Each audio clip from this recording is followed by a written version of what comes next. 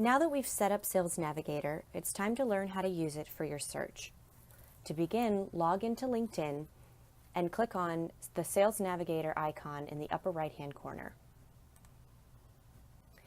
This brings you to your newsfeed. There's a lot of information that's available to you in your newsfeed, but for now we're going to focus just on the aspect of searching. To begin, you'll see the search bar at the top of your screen. You'll notice that one of the first searches that's available to you has all of the information that we put in when we set up Sales Navigator.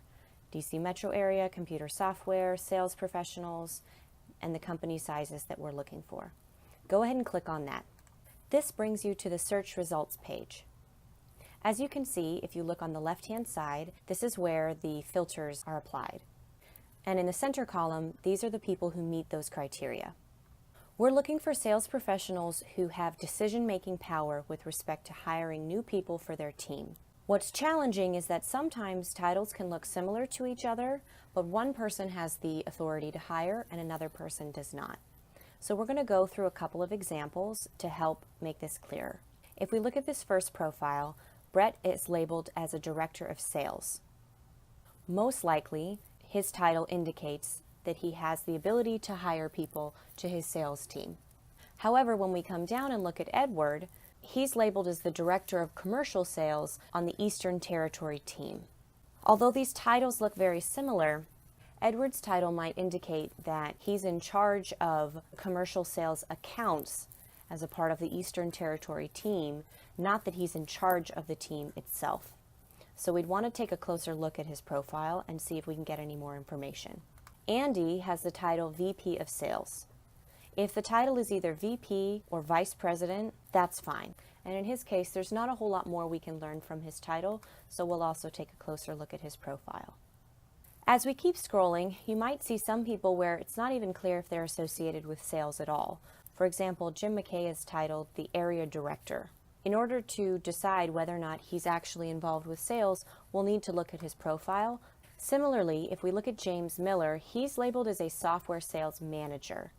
Since this title is not Vice President of Sales, Director of Sales, Sales Team Manager, it's simply Software Sales Manager, there isn't a clear indication that he actually manages people rather than managing the clients that the company is selling to. So most likely he's not, but we'll take a look at his profile. So if we look back at Edward, he's labeled as the Director of Commercial Sales at Tableau Software. We know the company is correct because we've put in requirements that say the company can't be the wrong size or it can't be in the wrong location, so you don't need to worry about that.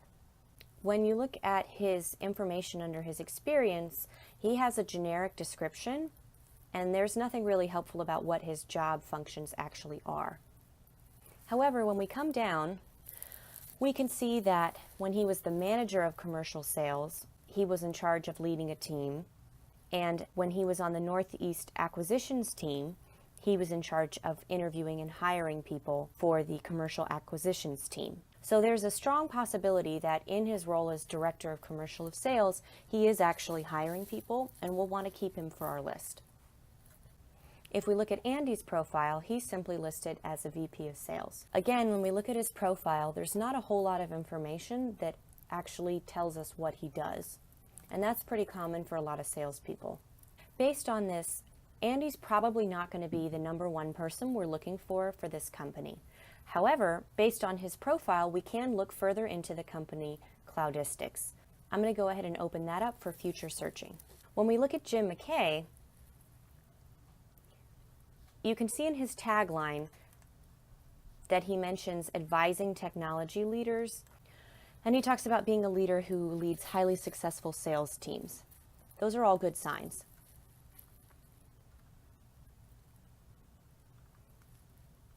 Once again, he has pretty generic information here, but we can see that at his former company, when he was promoted to the region vice president, he was focused on building teams.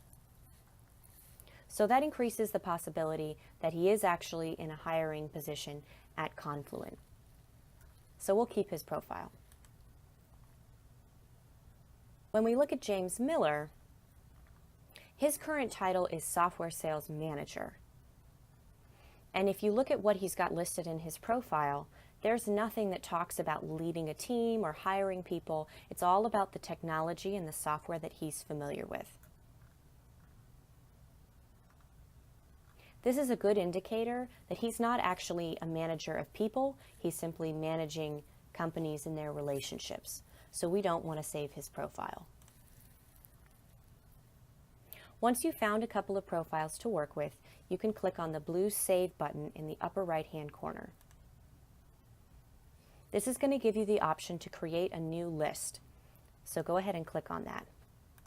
We're going to title this list Hiring Managers,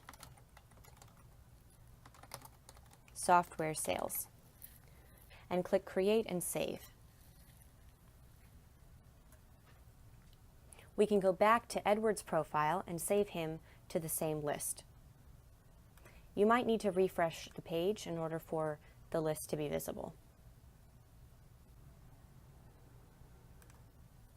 Now you can see your custom list is at the bottom. In this case, he's listed as still being associated with 2 accounts, so you'll want to choose the one that's related to computer software, which is Tableau software in this case. Now that you've found a couple of people, you can go back to your list and continue this process. To access your list, if you click at the top of your screen, you'll see a menu option for lists and you'll see the option for lead lists. If you click on that, you'll see the list that we created, and inside you'll see the 2 leads. In order for us to be able to access these leads, we'll need you to add them to the client sourcing tracking spreadsheet. You should have received an email with a link to that spreadsheet. When you open it up, you should see a variety of fields. For company name, hiring authority name, by this we mean what's the name of the person, their title, their email, phone number. If they're associated with a job that's posted, then we'd include that information. We want the location of where we found the source. And then these 3 columns are for if we take actions with respect to them, such as emailing them or messaging them on LinkedIn. So let's do an example. For the case of Edward, he's currently at Tableau. So we can copy that information. Then we can put in his name. And we want to set it up so that other people are able to access his profile. So if you come back to his name and select this link, you're going to press Control-C, go back to your client sourcing spreadsheet, click on the name, and then click Insert and select Link from the bottom. In the link field, you're going to paste the link that we copied from LinkedIn, and then click Apply. You'll see that now his name shows up in blue with an underline, and we can click on it to go to his profile. Let's finish with the rest of his information. He's a director of commercial sales.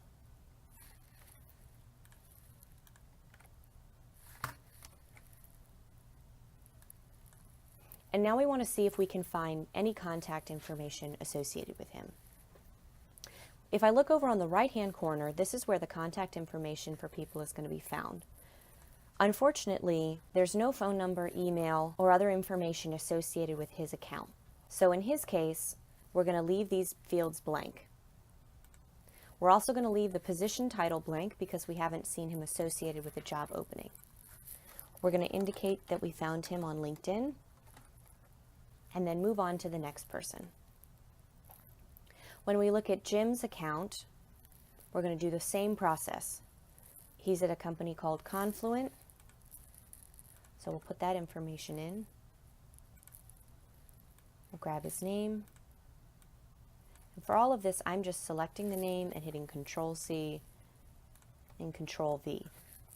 If you get weird formatting, you can click on Format, Clear Formatting, and it will make it look the same as all the other fields.